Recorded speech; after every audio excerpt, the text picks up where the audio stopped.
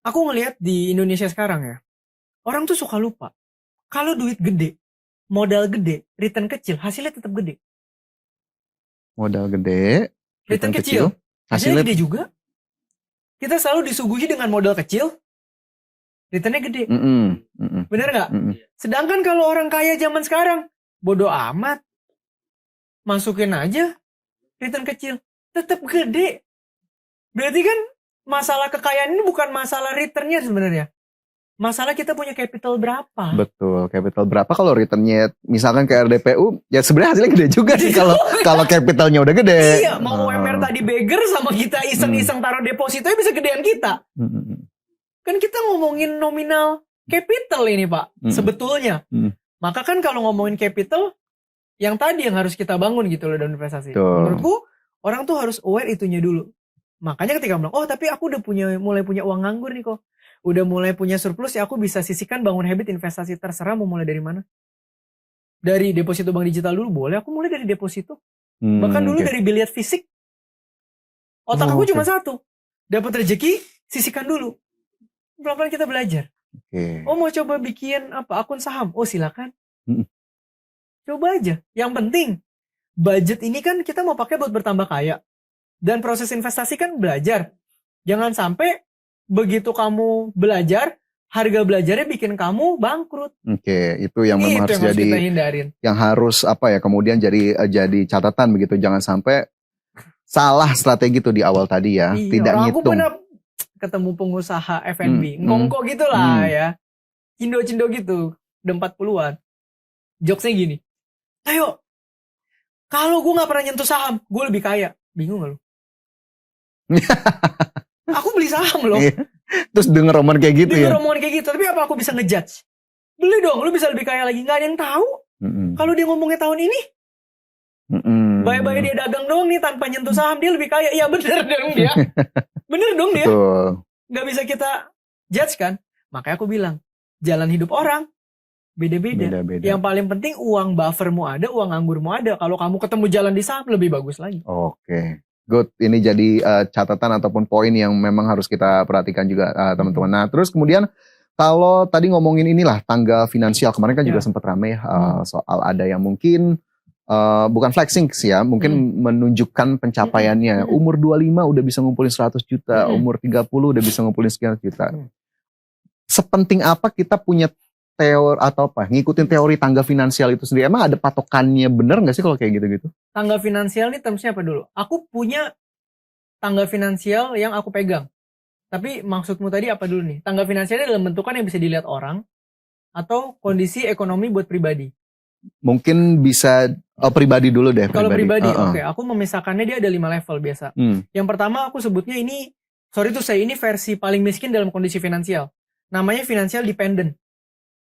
Artinya cewek nggak suka nih ya. Cewek kan suka independen ya. Dependent tuh tergantung soalnya ya. Tapi finansialnya dependent nggak jokes sih. Nah, financial dependent ini maksudnya apa? Artinya kemampuanmu menghasilkan uang nggak cukup ngidupin dirimu sendiri. Jadi kamu udah kerja nih, nggak cukup. Maka kamu harus ngapain? Berhutang untuk memenuhi kebutuhanmu. Sorry to say, itu level terbawah.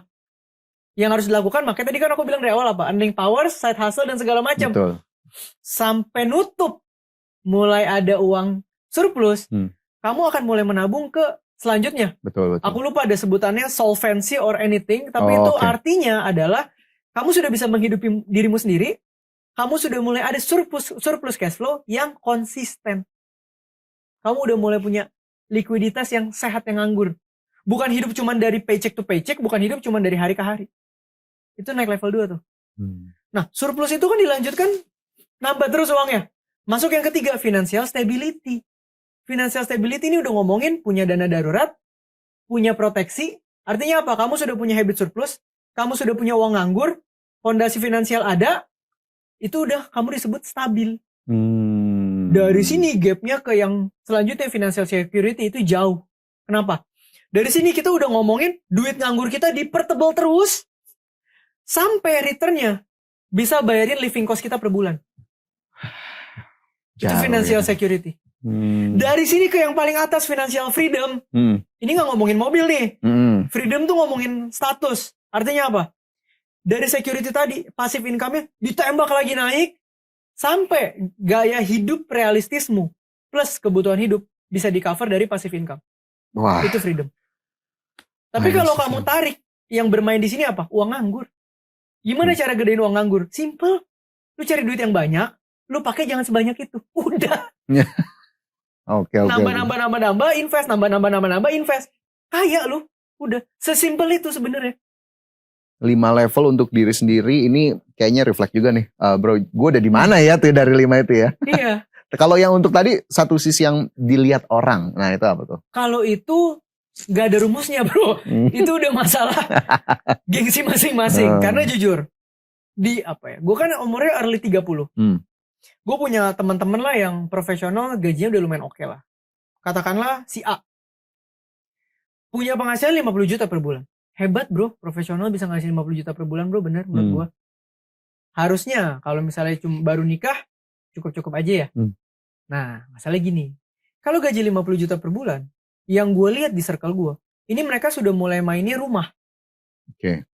Kadang orang bilang rumah pertama, ini beda-beda prinsipnya ya. Kalau gue adalah prinsipnya, gue beli rumah pertama 6 tahun yang lalu. Which is rumah pertama, konsep gue adalah affordable. Bukan dream house. Belum dream house, ya. Ada gap nih. Yang penting gue tidur enak, gak usah bayar apa-apa, tenang, gue bisa kumpulin, tebelin terus yang tadi. Nah tapi kebanyakan orang, kalau yang literasinya gak kesana atau kebiasaannya gak kebangun, misalnya gaji di 30 naik 50 nih, itu 20 juta terusan itu bro. Jadi tambahan cicilan rumah karena rumahnya diperbesar.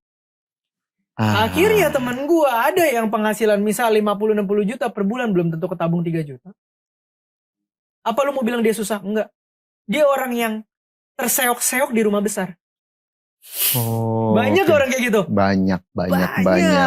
Betul. Karena ya tadi ya dia merasa sudah di level mana, ternyata ditambah lagi, padahal mungkin belum segitu juga kan kebutuhannya. Temen gue ada yang ngiseng, kan ekonomi lagi turun nih. Biasa kalau temen lu ngutang intronya ekonomi, temen lu telepon intronya ekonomi lagi turun, lu tahu selanjutnya kan? Iya, bisa bantu nggak? Bantu gimana? Mobil lu BMW. Iya, bulan depan bayar pajak. Kan itu yang kita nggak mau pak. Nangkep ya maksud gue ya. Maka kalau pakai kondisi lu tadi, banyak pak gue ketemu orang mewah tapi nggak punya uang. Oke, itu yang kelihatan dari luar, ternyata dalamnya terseok-seok kesusahan. Mendingan kita jadi orang yang biasa-biasa tapi tebel. Betul. Belilah ketika memang lu udah nyampe levelnya BM, beli. Ketika udah nyampe rumah gede, beli. Tapi make sure setiap pembelian yang lu lakukan membuat hidup lu enteng. Dan lu tetap bertambah kaya, jangan tiba-tiba dihantem cicilan lu malah tambah miskin. Malah bebannya makin gede ya, bukan malah mengurangi beban, makin ke atas levelnya. Iya, soalnya kadang gini bro. Mantap. Orang itu kalau income-nya naik, dia akan mikir 5 tahun itu naik terus. Manusia tuh gitu. Income naik nih, mikirnya gini.